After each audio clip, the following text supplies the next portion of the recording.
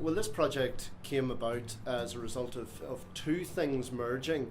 Carja, as many people know, is the Irish word for friends, and an important part of the work that we do is reaching out to other sections of our community and trying to establish long-lasting relationships. Tied in with that, then we were invited to join the Marie Curie initial training network around the theme of changing employment, which is looking at migration issues throughout Europe and some of the issues that are affecting people who travel from one country to another in terms of their living standards, in terms of the impact that's having on the nature of employment itself. What we're doing is looking beyond the issue of immediate migration, how they become involved in community life.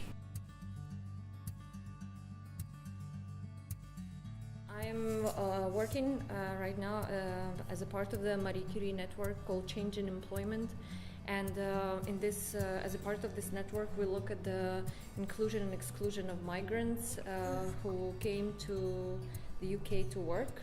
So this kind of workshops, like one here, is actually the real experience of interaction with people from different backgrounds and with different stories. When migrants come over to a foreign country, they start up and they go through different phases, and I think we need to sort of understand what they are and how much the other side, which is the local community, can help us engage. How do they get involved in the decisions that affect their lives now that they are taxpayers, now that they are users of public services? They want to tell their story and they want to keep updating the research. So a snapshot of research wouldn't give us the overall picture as to how people that travelled here from 2004 onwards are now joining the political processes, the economic processes that affect all of our lives.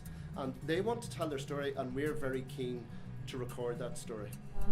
I think a lot of people who come to work abroad, they feel very isolated, and a lot of times they feel just restricted to the networks that connect them back to their country or to their families.